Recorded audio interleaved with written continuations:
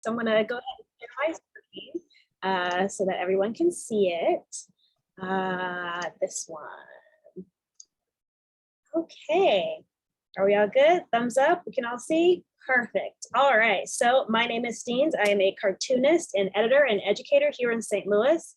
I am the artist on the syndicated comic strip Heart of the City, which you can read in the newspaper or 50 other newspapers across the nation, or you can get it in its collected form. Heart Takes the Stage is the first collection of that series. I also edit comics. I've been editing for quite a few years now, so I edit with smaller publishers, I edit with bigger publishers, I edit with individuals, pretty much any kind of comic I can probably edit.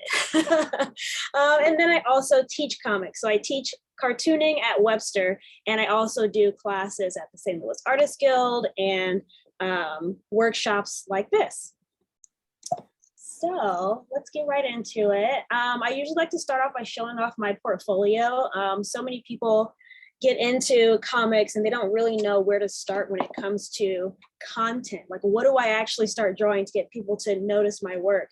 And honestly, I say draw whatever you feel like, because what you are going to draw is going to come out a lot better than any drawing that you make for someone else. So I always say, if you want to do fan fiction, draw some fan fiction. If you want to do, portraiture or paintings of your cat's butt like I do. I mean, I love that stuff. That is all worthwhile artwork, and it helps you in the future. I like to do scary stuff. I like to illustrate versions of characters. I do a lot of retellings in my work. And so having that background doing fan art is something that's really, really helpful. I also have been doing comics as well. I like to do comics that focus on nonfiction or history, which is like really interesting because I hated history class. And I think it was because none of the textbooks were comics. So maybe that's what I'm doing now. I'm just trying to create better textbooks. But I like to do comics on the importance of voting. I've done mini comics. I'm just now doing a comic with the Tezuka company on a Unikel comic, which I'm super excited about because Tezuka is considered the godfather of manga. So it's really exciting that I'm actually going to be able to work with that company. I also work with different programs. I just recently did a flyer for Reading with Pictures, which is a program that does educational materials for teachers and educators using comics. So I was able to utilize the kids from Heart of the City to create those kinds of comics. I also have my very first book, which is Archival Quality. That was the first book that I had ever gotten. It was my very first graphic novel. I finished it in 2018 and it got some pretty good reviews, I definitely had some nice reviews from Kirkus and Publishers Weekly, which was really cool. And it also won the Dwayne McDuffie Award for Diversity in 2018 as well. So maybe pick it up. I think you might like it. But other than graphic novels, I also do short comics as well. I find that short comics are so fun because you're not working on it for years and years at a time. It's really just like a couple of months at a time. And because you have less pages, you can do more experimental things. So in Deadbeats, Elements Fire, Mine, those are all different anthologies that I was a part of and was able to do comics for. I also did some retellings of Encyclopedia Brown because he was my favorite book character as a child. And I wanted to be able to redo the chapter book in a form that I really enjoy, which is comics. So I actually kept everything exactly the same, except I made Encyclopedia Brown a Black girl instead. And people seem to like it. So hit me up, Scholastic. I'm here and available.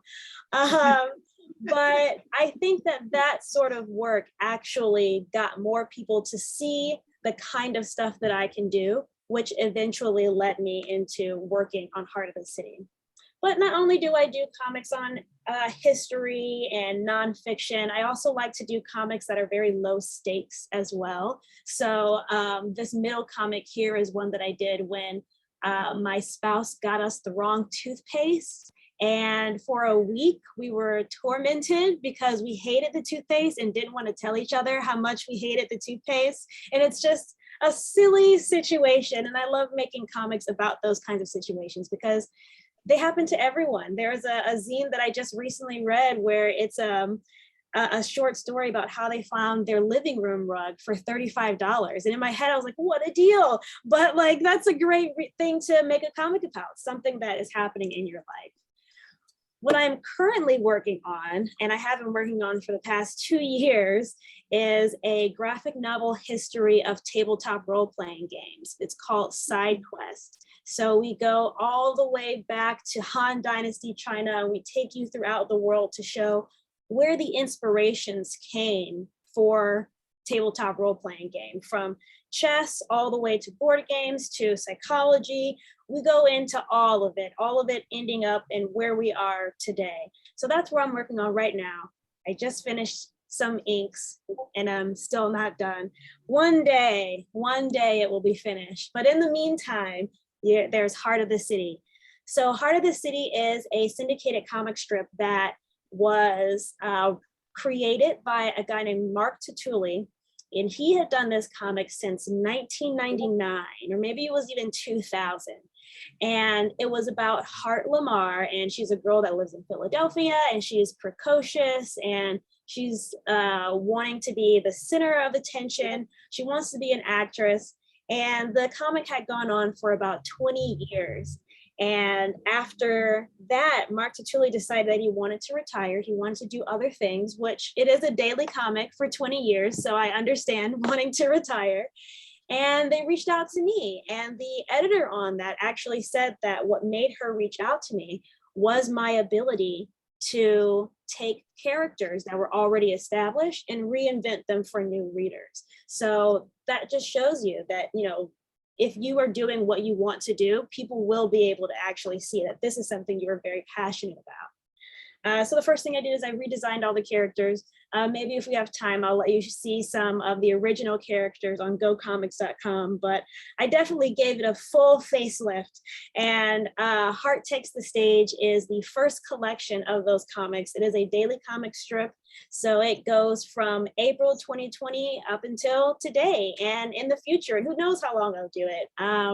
I would like to try and beat Mark Tutuli's score. So if I can do 22 years, that would be good for me. But it's very fun. I really like doing a daily comic, and the fact that it's in the Post-Dispatch as well is really cool. I can go to literally anywhere and see my artwork, which is a really cool feeling to have. But not only do I do the dailies, I also do Sundays and Saturdays as well. And as most people know, Sunday comics are bigger, they're full color, and so those ones take me a little bit longer to do. But I also edit, like I said before, I've edited manga, I've edited scrollable comics like on webtoons and tapas, superhero comics, gaming books. Pretty much if there's a comic out there and someone needs a second reader, I'll be the one there. So if you have any ideas or anything like that, feel free to email me and I can get you in the right place. I've also done editorial for Mad Cave Studios and Paradigm Studios. And I was a mentor for SVA in New York, the School of Visual Arts. So essentially these comic book graduates are making a pitch for their master's program. And so my job was to go in and help that graduate with their pitch. So that's writing the story, making the script, making the sample pages, all of that is what I helped her with. So I do want to spend this time to talk about how I do my work. What is the life of a cartoonist? So to start off, I want to go through the tools that I use, and then I'll go through the actual process of creating these comics. So the main tools are obviously your body. If you're going to be drawing, you need to take care of your body. And then we've got some digital tools and some programs that I'd like to recommend. So if you're going to be a full-time creator like me, you have to stretch. You don't want to get carpal tunnel. You don't want to get tendonitis, lower back pain, any of that. So just to get us all loose, I'm going to teach you guys one stretch that will be really great for you. So if you are someone that writes a lot, draws a lot, uses the computer a lot, you're sitting all day, this is going to be a good stretch to help out your ulnar nerve. So I'm going to come back a little bit. Can you guys still see me as well? Or can you just see? Okay, great. All right, I'm here. Excellent. All right, so first thing what you're going to do is you're going to put your hand out as if you're saying stop. Come on, I'm watching you guys. Put it. Yeah, there we go. Stop. And you're going to lift your hand up as if you're holding a pizza. So stop this pizza, and then you're going to move your elbow out to the side. Yeah, exactly. This pizza is mine, not yours. So what you're doing is you're actually stretching the nerve from your pinky all the way to your elbow. So doing that as a stretch, stop, this pizza is mine, is a nerve glide that is going to help you keep your hands from feeling numb and feeling tingly. So yes, stretching is really, really great. And now you have a tool to use in your future as well. I also recommend getting an occupational therapist. I didn't think I needed one. And then my cartoonist friends were like, no, you definitely need one. So I listened to their advice and got one, and wow, I did not know how poorly I was taking care of my body until I got an occupational therapist. Another thing that I have to think about is time management. Obviously, I'm doing a lot of different projects at once, and doing a daily comic, you really want to make sure that you're on top of it. That was another thing that brought my editor to me for Heart of the City, is they saw that I was really good at time management from my history at doing editorial on a large product. So the project had like 15 different creators every single issue, and it was never late. So clearly I have some good ideas about how to stay on track, and it's necessary to do that if you're going to be doing something as grueling as a daily comic, you know? So I usually use Google Calendar. Whenever I get a project, put that thing on my calendar so it is no longer in my head. I know that's something that a lot of people stress out about as cartoonists, because, you know, we're very artsy people. We like to think about how things feel and what works for us, which is great. But we also have to live in a world where we have to pay rent and buy food. So you have to be organized as well. So Google Calendar is really helpful. And then the Pomodoro method is really good for me, because I'm one of those workers where I will continue to work until all of a sudden it's daytime, and I wouldn't recognize it. And so having the Pomodoro method is really helpful for me, because it's a timer. It tells you work for 25 minutes, break for 5, work for 25, break for 5. And having that timer is helpful, because otherwise, who knows how long I'd work. You know, I would never get up from the desk, because, you know, when you're drawing, you're really getting into the zone, and you don't want to break your concentration. But unfortunately, it's something you'll have to do. I also make sure to keep good work hours. A lot of people see my job and they're like, wow, you're a cartoonist. You must just sit around and draw all day. Yes and no. I do have a lunch break. I have to give myself a lunch break, because if I don't, my husband's going to come home and find me as a husk on the floor. And he's going to be like, what happened? And I'm going to say, I forgot to eat. So make sure to keep a lunch hour for yourself, and also make sure that you have time at the end of your day. A friend of mine always says, before you go to bed, make sure you read a little, play a video game, listen to some music, do something that is for yourself, because otherwise you're going to get burnt out. Even in comics, as fun as it is, you can get burnt out. And then also vacation time. If you have time to take a vacation, it will be good. Take some time off, whether it's a weekend or just one day in the middle of the week. Got to have some time for yourself. So digital tools, I use a Cintiq 22. So this, it's kind of hard to see how big it is just from this image, but if I take my hands up here, there we go. That's about how big it is. It's a big boy for sure. And the bigger the tablet, the easier it is on your body. So I did start off with a smaller tablet because it was cheaper, but after having to work for many hours a day doing this daily comic, my occupational therapist said, look, if you're gonna have to do this for the rest of your life, you need to invest in the right equipment. And I was like, okay, I guess you're right. You're probably right. So I got a Cintiq. It's huge and it is great because the bigger the space you have, the less likely you are to get small hand problems. Now you're moving your entire body to get your drawing done rather than just your hands and your wrist. So bigger is better for that reason. Cintiqs are pricey, to say the least. I'm talking around $1,200, but there are other options. Huon, Unova, XP Pen, all of these are going to be like under $500. I think XP Pen might be the cheapest option, and they all work great. The reason I go for Cintiqs are because I've always used them. You know, it's kind of hard to get out of, like once you have a Samsung phone, you're not gonna go get an iPhone. You know, it's kind of like that. But also I know that Wacom, the company that makes Cintiq, is legit. So I don't expect to have any problems with this Cintiq for another 10 years. So it really just depends on what you can afford and how much you need to actually use the product. Some people use an iPad. I use an iPad sometimes as well when I'm on the go. Occasionally I'll have to do a strip or two on a flight. So it's really helpful to have an iPad that I can do the work from there. If you are going to use an iPad, I suggest using an Apple Pencil with one of these boys on it. This here, there we go. It's basically a pool noodle, but for, and you have to slice it open and you can see that it is just like a squishy round thing. So I put that on my pen in addition to some more fabric because I want to be able to hold my pen like this and not have to get super tight when I'm holding that pen.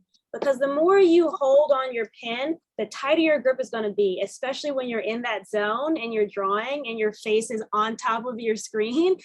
You don't want that, you know? So the more you can keep your pencil cushioned, the less of a grip you'll have to take on it to get it to do the job. So highly recommend that. Always get a case. You never know what could happen. Get a case, get a stand. And then also there's a mattifying screen protector that I'm finding a lot of cartoonists using. It's called Paper-like because it's like paper. It feels like you're drawing on paper. It's helpful, I like it. I think it just kind of depends on your comfort level and on what kind of screen protector you'd like to use. Another thing is your ergonomics, all right? So your monitor needs to be at eye level, your elbows need to be at your side. All of this stuff are things that you think a person would need if they were like constantly at a desk and constantly typing, which is exactly what you're doing as a cartoonist. So I recommend if you want to get into comics and you plan on making a lot of comics, take care of yourself, because if you are hunched over, you're more likely to have back problems than if you just stand up and take some breaks, you know? Digital tools. So I use the program Clip Studio Paint. It is cheaper than the Adobe Creative Suite. The Adobe Creative Suite is often hundreds and hundreds of dollars, and Clip Studio Paint is a program that is only $50, and they always have sales. So most of the time you can buy it for $25. And actually, if you'd like to learn how to use Clip Studio, I will be doing a program at Bar Branch, St. Louis Public Library, August 29th. And I'm going to be giving you guys the basics of how to use Clip Studio Paint. So if you'd like to continue this, go to Bar Branch August 29th and we'll get into the nitty gritty. But most people are using Clip Studio or Photoshop or Procreate. Procreate is a program that you can get on your iPad. It is for people who have never used any sort of art program whatsoever. So if you're coming in completely green, completely new to all of this, Procreate is going to be really great for you because it's great for that. But if you have been using Photoshop, as long as a lot of people have been using Photoshop, I recommend Clip Studio because Clip Studio is closer to Photoshop than Procreate is. So those are the tools that I use to actually make my comics. Now let's get into the actual comic making process. I have the chair, I have the desk, I have the Cintiq, I have the story, what now? So there's a lot of different processes. There's graphic novels, which is GN. So the GN process is for graphic novels. And then I also have a process for my syndicated comic strips. There are two different ways to go about it. So I'll go through both. So when I'm doing a graphic novel or a traditional style comic, traditional style meaning one page full of panels, speech bubbles all around those panels. You always start off with a script. So the script, if you were working alone, the script just needs to work for you. You can write whatever you want. You can use whatever format you like, because if you're the one that's writing and drawing it, it only needs to make sense to you. But if you are working collaboratively, which a lot of people do, comics is a very collaborative process. If you are doing that, you want to make sure that your scripts look a very certain way. So at the end of this program, I'll give you a link to my website where you can download the comic standard script. So just this year, me and my peer, we noticed that there wasn't a standard script. You know, you go to screenwriting school, you go to film school, and there's a very specific way that you have to write a screenplay. And unfortunately, there isn't a way like that for comics. So it makes it a little harder for people to get into the industry. So we created the comic standard script, and it's been a huge success. Lots of people love it. And I'm sure that it will be easy for you guys to use as well. But it goes through and explains like why you need to have page numbers, why you need to have panel numbers, how dialogue needs to look. Once you have all that down, it's relatively easy to write any script.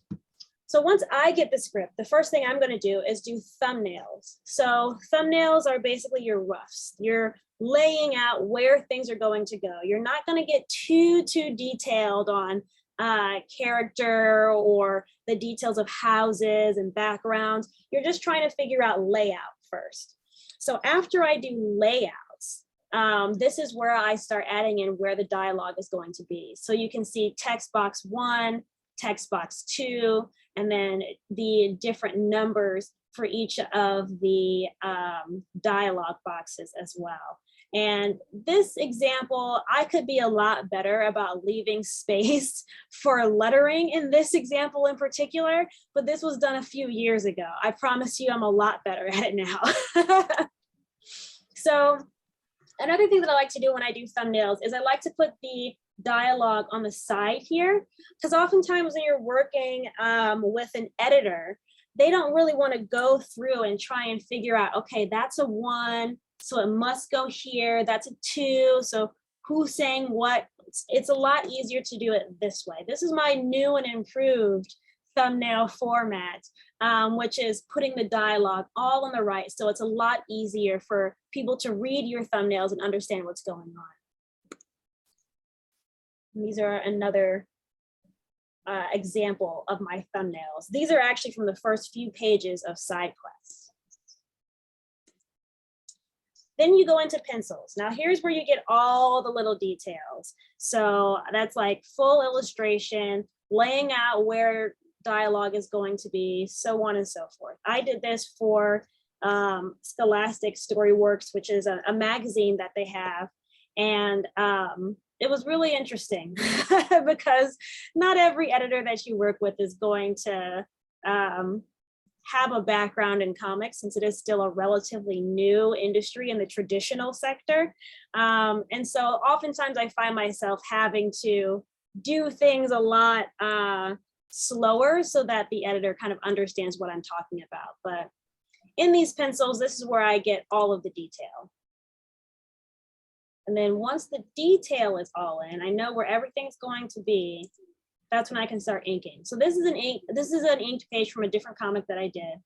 But this is to show you, like, this is what it's going to look like before you hand it off to colorists. So like I said before, comics is a very collaborative medium.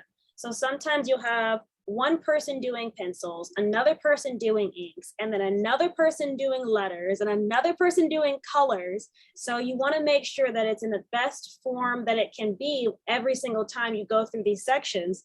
because the next person that's going to get it needs it to be nice and clean, you know? So this is what inking looks like. I'm currently inking Side Quest right now, which is taking some time because I don't know if you guys know this, but China is detailed. There's a lot of things in these places. So it's taking me a bit of time. This is how I inked the previous page. You saw the thumbnails here. And so I actually went directly into penciling and inking here.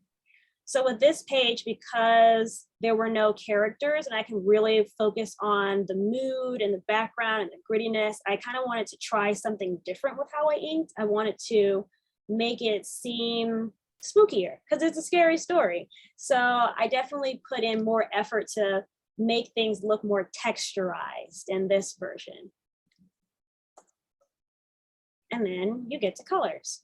So this is how I colored this one. This is from the anthology Deadbeats. This one was really interesting because I didn't letter this. So I have the only way I can even see it finished is in my copy of the book, which is really, really wild, but that's how it goes in the comics industry. But when you're coloring, you know, you want to think about mood, you want to think about location, you want to think about what you're trying to say. So with this one, this is a story about a haunted piece of sheet music. And this character goes into this house. She goes and looks at this sheet music. She starts to play it. And as she's playing this music, it's causing her to only want to play this music. So she's getting caught in like this loop that she can't get out of. And so I wanted to kind of make the idea of sheet music as a scary and abrasive thing.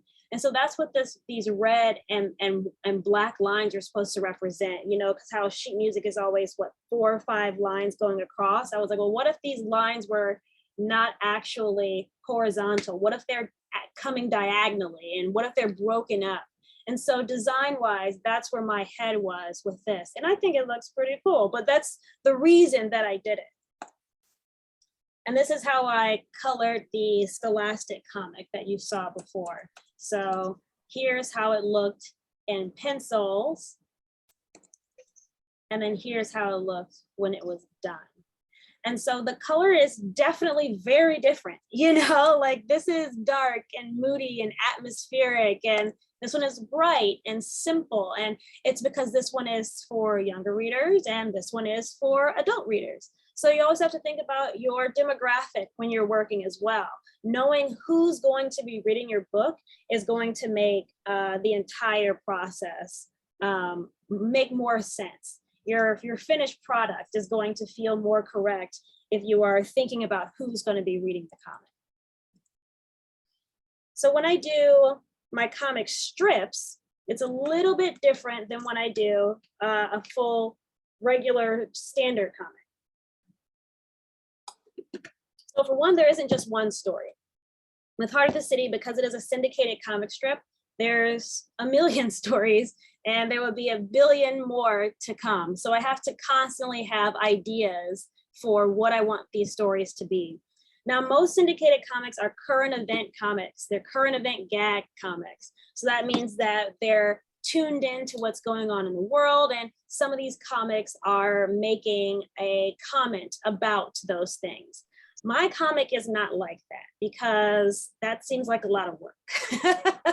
And you constantly have to be aware of what's going on 6 weeks in the future because you're not writing it that day. You're writing it 6 weeks ahead of time. So if you want to write something about a gag of like, okay, you know, on Instagram, we're seeing all these memes of Little Miss, whoever, whatever. Okay, those memes aren't going to be here in 6 weeks. So you can't really make that about you can't put that in your strip because 6 weeks from now, people are going to be like, oh, wow, this is so old, so late. No one's talking about this anymore. I didn't want to have to deal with that. So I wanted my comic to be arc focused, story focused. And so in that way, I need to start thinking of these stories ahead of time. So I send my stories about 3 months in advance, and I do 3 months at a time. Well, maybe like 6 months in advance. I don't know. Either way, it's early. And I'll write out my ideas. It wouldn't be anything beautiful. It's just kind of a stream of consciousness almost, just writing ideas for what I think is going to happen in this story. Then I'll go through that story, I'll clean it up a bit, and I'll start putting them into their individual days. So Monday, Tuesday, Wednesday, Thursday. Once I have broken them up into those days, then I need to really look at each of these comics and make sure that they are all providing a punchline, which can be really exhausting because not everything is funny, but also because you want it to be lighthearted enough that anyone can get a chuckle out of it, but also it needs to still follow the flow of the story that you've been writing. So it takes a lot of puzzling thinking in order to get it right. So once I put it into those days, that's when I send it off to my editor, and she goes through and she looks at them all. She decides, okay, this one isn't really working. This one could be shorter. This one could be longer. After we finish all that, then we get into drawing. So every day I have a week of roughs to do. Roughs are essentially the thumbnails. That's the placing, that's figuring out what these characters are doing, what the dialogue is. I do a week of roughs. So that's Monday through Sunday. And then I send that off to my editor. She takes a look at them. She makes all her typo corrections because I always have many. And the following week is when I solidify those designs and I actually ink and shade them. So I'm doing two things in a week. I'm doing roughs for the next week and I'm doing finals for the previous week. And that way I'm not overworked and I am doing still somewhat a strip a day. Typically I'll do 2 strips a day because I like to have the end of my week for my other projects. But I send in these roughs and then once they are approved, I can ink them and I shade them and I move the speech balloons where they need to be. And then I send them to the color department. Now what's interesting about doing strips versus comics is that strip comics, you're not actually coloring every single one. If you're doing as detailed as I'm doing, I would never be able to color them as well because I just don't have the time. So thankfully there is a coloring department who does that for me. So they color the dailies and then I color the Sundays. And then the Sundays, I have to think about a different style as well. So with strips, I'm always given like 2 by 6 inches. But with Sundays, I'm given like 12 by, actually I have no idea what the dimensions are. It's been a long time, but big. I get bigger dimensions. So I have to think about how I want to utilize the space. I also have title pages for my Sundays. So some newspapers only get dailies. Some newspapers get dailies and Sundays. Some newspapers only get Sundays. And then some newspapers will get Sundays, but not the title art page. So that's why I have to make sure that everything that I put into Heart of the City can be read and understood on its own, because I don't know which newspaper it's going to go to, you know? I wouldn't want someone to just get the Sunday and feel like I have no idea what's going on because it's a part of a story I didn't read. So my Sundays are always either side stories or continuations of other Sundays. So that way no one gets left out. But once I have that approved and written, then I go ahead and I start coloring these, which coloring takes a long time. I think after not having colored my own work for 2 years, coloring just takes me so much longer now. So yeah, it's very interesting. Okay, so I'm gonna get into our little how-to with our next couple minutes. I want to show everybody how to draw the main character of Heart of the City. Her name is Heart. It is pretty simple to draw, I think. I like to keep it simple. So I'm going to show you the process over here first, and then I'm going to switch my screen so that you can draw along with me. So just watch first and look at the screen, and then I'll switch the screen and we can do it together. So I always start with a circle. Everyone always starts with the circle. And then this T right in the middle. Now this T here this is a guide. This is a guide for where my eyes and where my nose is going to go. The eyes are always going to go on either side of the vertical line and about halfway through your horizontal line.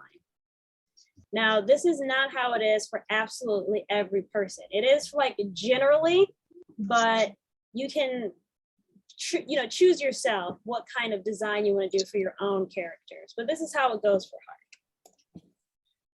And then I draw her general face shape. She has nice big cheeks as she's a child still.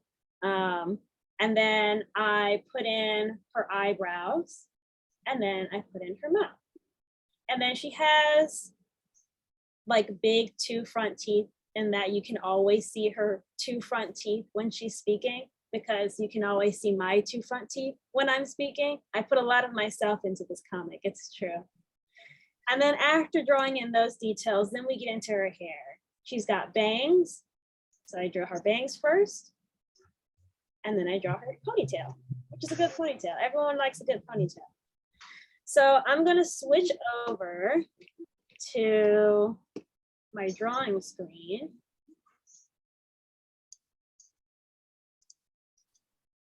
And then, well, you can follow along with me. Share this screen. All right, can everyone see my nice, beautiful blank page? Everyone loves a good blank page. So like I said, we always start with a circle. There's my circle. And then we've got our little guide right here in the middle. Now, once you've got this little bullseye here, I'm gonna start adding in some features. So I'm gonna put in her eyes. Top lid, bottom lid, top lid, bottom lid, eyes, or pupils, I suppose they are called, yes. And I'm gonna put her itty bitty little nose. She's got a little olive-like nose here. I like to think of like, she's just got like a bean on her face, because it's just, that's what it looks like. And then I do, this top line here is for her forehead, and then a bottom one for where her chin is. So it kind of looks like a 3 that hasn't totally been closed off. And then I finish off her chin on the other side. Now she needs some ears. Ears are always going to be at the same level that your eyes are at. Ear, ear. And then instead of getting all detailed with whatever goes into an ear, I usually like to do a diagonal T. That gives the idea of the little valleys and hills of your ear. And then I'm gonna give her some eyebrows. I'm gonna give her angry eyebrows. Why not? She is angry because her friends in St. Louis are dealing with a flood. That's why she's angry. Okay, and then we're gonna give her some bangs. So I usually like to do 1, 2, 3 bangs. So I'll do it again so you guys can see. I like to do 1, 2, 3 bangs. And then the top of her head. And then she's got her little barrette here. And there's her ponytail. That's a really big ponytail. Her hair is not that big. Let's try this. Yeah, there we go. That's more accurate. There we go. So I'll do it again. You've got her ponytail is a big hump, and 1, 2, 3. And then she's angry, so maybe she is yelling at someone. So I'm gonna do that for her mouth, and then her 2 front teeth, and she's saying, "Stop raining." And there you go. That's how you draw Heart Lamar, a part of the city.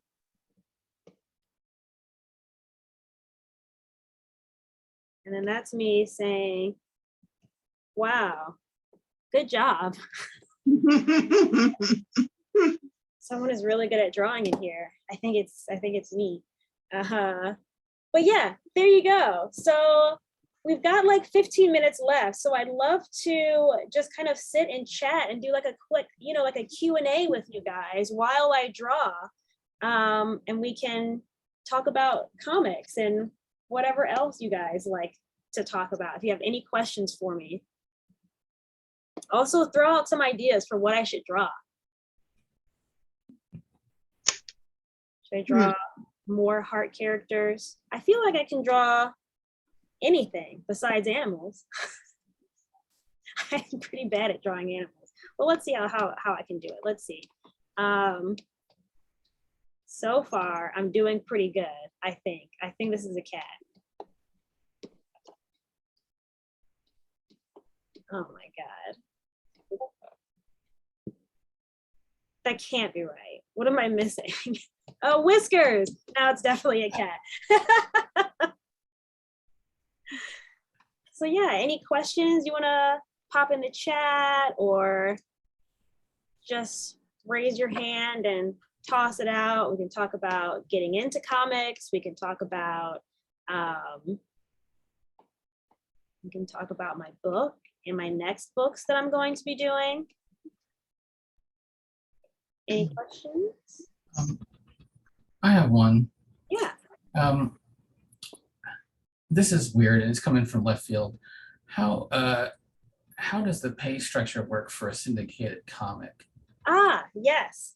So it really depends on what kind of thing you have with your syndicate, whether it is your original comic or if it's something that they've hired you to do. So if it's your original comic, you'll have a different pay structure than what I have, or what Olivia has, who does Nancy. So I get paid $1,000 a week to draw every single day. And they pay me once a month, which is annoying, but beggars can't be choosers. And once now the books are different. So I'm hired by the syndicate, which means the syndicate owns Heart of the City. They own the characters. Mark Tutuli sold them off, I suppose, whenever he wanted to. And so when they hired me, I'm hired on as a work for hire situation rather than a creator owned. So if Heart ends up getting like an animated series, which it might because an animation company is interested, I'm not totally sure how that pay structure will work for me because it's not my product. But for the books, because the books are from Andrews McMeel publication rather than Andrews McMeel Syndicate, the publisher actually gives us a book contract between me and the syndicate and the publisher. So I get an advance of like $3,500 to create a cover and to make any edits for the first book. And then I get another advance for the second book. And then royalties are split between me and the syndicate and the publisher. So I still get a portion from those book sales, and that's separate from what I've got doing the dailies. Very good question. Looks like maybe we have a question in the chat about the Elements compilation. Are 3 more books planned for the other 3 elements? That's a really great question. So I was on Fire, and I know recently Earth had come out. So yes, they do plan on doing the other 2. I think because it is a small company that does it, it's not going to be as frequent as like every 2 years you get a new book, So I would say, yes, they are doing them, but they're just coming out very slowly. Thank you.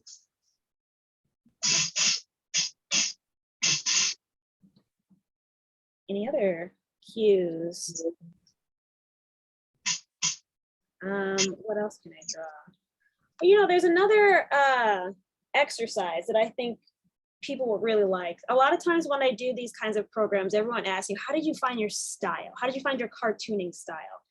And I say that your style is a lot like your handwriting, you know? So like I can write the quick fox jumped over the lazy brown dog, and Aaron can write it, and we'd write in different handwriting, even though it's the same exact thing. And it's the same way for drawing. You and I can draw something that is, it's the same drawing, but it's going to look different no matter what, because you have your own handwriting, you have your own style.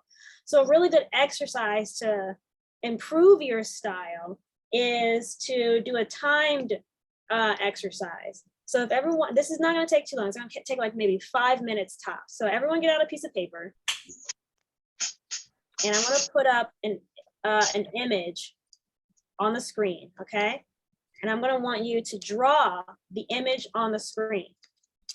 What are we drawing? Everyone likes cats. I'll just go ahead and choose another cat. Okay, here we go. Oh, that's a good one. Ooh, this is a great one. Okay, I found a good cat.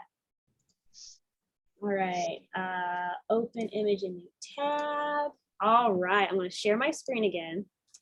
And what I want you guys to do, I'm also gonna get a timer out. I'm gonna time you guys. I want you, isn't that such a good cat? We're so lucky we live in a world of Google and cats. Okay, so let me see, let me get my timer out. I'm gonna give you 3 minutes to draw this cat. And I want you to draw the entire body. Don't just focus on its head. Don't just focus on its incredible tail. Try and get as much of the cat in as possible, okay? So I'm gonna give you 3 minutes, and I'll let you know when your 3 minutes are up. All right, starting now. Okay, let's take a look at this cat. Man, this cat is excellent. Okay, got good eyes. Another thing to keep in mind when you're drawing is to not feel like, I find that a lot of times people get like paralyzed by the fear of making a mistake. But let me tell you, for this exercise, that's not gonna matter. So just try and get in as much of this cat as possible. Remember, you wanna get its full tail, you wanna get its paw. Think about, and don't just draw what you think you see, draw what you actually see. You know, like this is a Siamese fluffy cat. So I shouldn't see any cats that look like, I don't know, a tabby, because that's not what we're drawing, you know?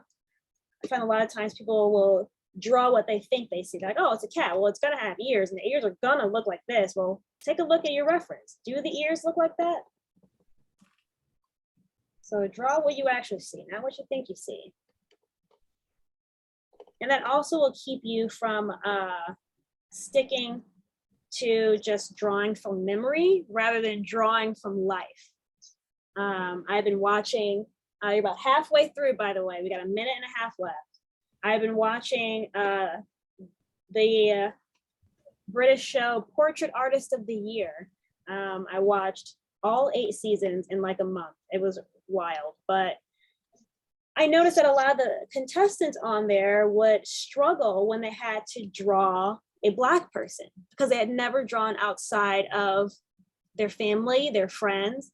And I was like, well, if you can't draw a Black person, you can't draw from life because you're only drawing from memory.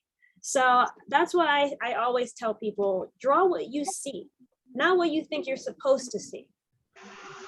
All right, you got 45 seconds left.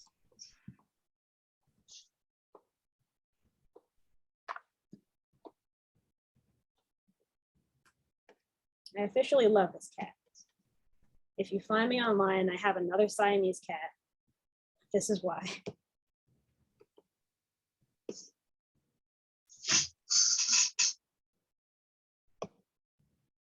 And then once we're finished, we're gonna hold them up for everyone to see.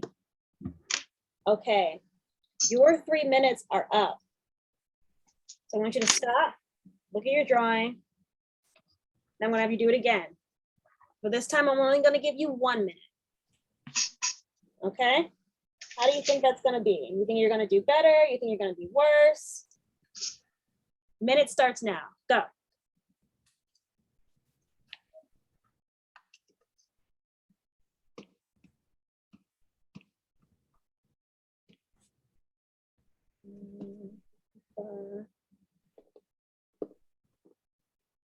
There's way less time, but remember, you want to get as much as possible on the page. So try and get the full body of the cat, even if it's not perfect. Try and get it in. You got 30 more seconds. Jeez. I know, a minute goes by very fast. But this sort of exercise is going to allow you to get better at drawing quickly, just getting the marks on the page, getting as much of the body on the page as you can. It's how work is produced. Otherwise, you just get caught up and focusing on the details that don't need to be there. Okay, your minute's up. All right, how did that feel? A little more stressed? That's okay. Well, I'm gonna have you do it again. I'm gonna do it for 30 seconds. Okay, I trust you all to be able to get the full cat in 30 seconds, but we'll find out, we'll find out. Okay, ready? I'm not ready, I still have to set my timer. Okay, ready and go. 30 seconds, get the cat drawn. Siamese cat, black face, black ears. It's got some paw in there, nice big tail. Remember, draw what you see, not what you think you see. Don't try and rush through it and draw something that isn't actually what's in front of you. 3, 2, 1. Okay, stop. All right. Last time, I'm going to give you 10 seconds. Okay. I know what you're thinking. This person is crazy. Maybe. But I'm going to give you 10 seconds. Okay. Let me get my timer ready. I'm going to do 10 seconds on this cat. All right. Ready? And go. 10 seconds. Get the cat down.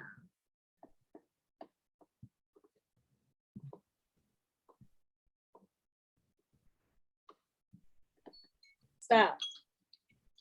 Okay. So I'm going to show you what I did so you can see how mine came out. Share this one. So this one here is my 3 minute. Here's my 1 minute. This is my 30 seconds. And here's my 10 seconds. What I find is that I am focusing more, specifically in this one, on the overall shape, the outline, the making sure I got the way that the head is looking. The tail, I made sure it was huge because it is a huge, beautiful tail. And then around 10 seconds where I start to kind of lose it because I was trying to draw from memory rather than drawing what I saw. So I actually really enjoy how both my 30-second and my 1 minute look. And your style comes in when you look and see what kind of illustration did you just do? Look at your lines. My lines are quick. I like to put in harder pressing when I finalize an outline. The way that I shade is really fast, just with hatching. All of that you find out by drawing under stress. You know, the more you do it, the more it will come out and you'll see it more often in all of your work. So there you have it. Yours looks like a seal. Great. Yeah, let's see. Put them up to the cameras. I want to see how everyone did, okay? I want to see these cats.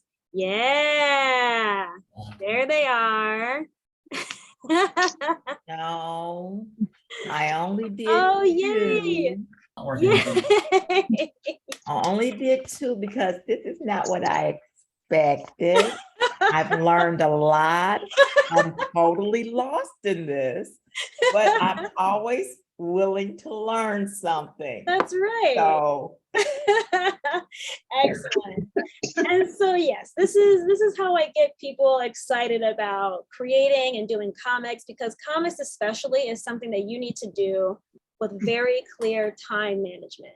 If you want to get in every single detail of a comic book, you're never going to finish it. You know, you have to be realistic. What is the saying? Perfectionism is the enemy of completion. That's because it is. And you really want to be able to complete your work. So cartooning is all about what's the shape, the line, what's the silhouette that I'm going to remember and be able to draw with my eyes closed. So it comes from doing exercises like that. So yeah. Any last questions? We got 2 minutes. I had a question for you, Steenz.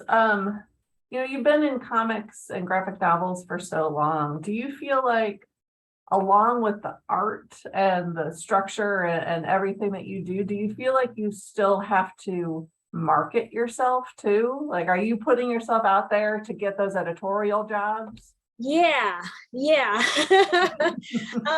yes and no. I mean, when it comes to the smaller jobs, I put myself out there in that I have business cards. I tell people to reach out to me if they need some help with something. I go to shows. I still sell my books at shows. I'm going to be in Chicago for C2E2 next weekend. So yeah, I'm definitely always still putting myself out there. What's hard though, as an artist, is that a lot of these projects take a long time. So I've been working on side quests since 2020. And it's 2022 and I'm not done yet. And a part of it has to do with how long it takes to do a graphic novel. I mean, it took me 2 years to do my first graphic novel. And unfortunately, when I'm taking that long to do a book, I can't really do anything else. And so people always say like, oh, well, can you do this, and this? It's like, I can't, I'm too busy. I literally don't have the time.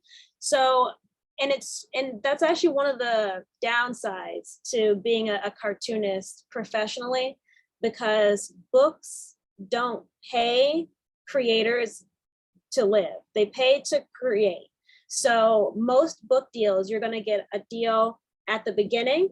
So you're going to sign the contract and you get a portion of your money. You get a portion of your money when you finish pencils, when you finish the entire book, and then upon publication. I feel like if you pay me upon publication, it's no longer an advance, is it? But that's a problem I have to tackle later on in my life. But, you know, it took me a year to do pencils. So I had to wait a year to get paid.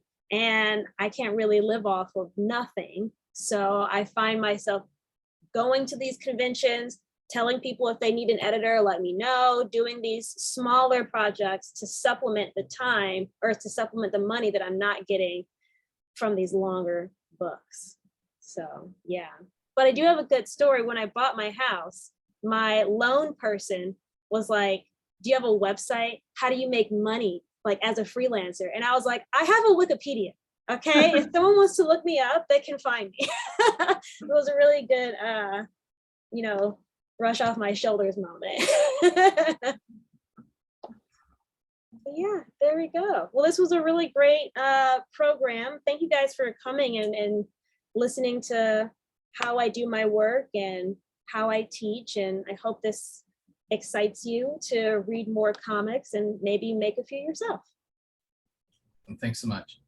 Awesome. Thanks a lot, Steenz. And thank you all for coming. Yeah. Bye. Thanks.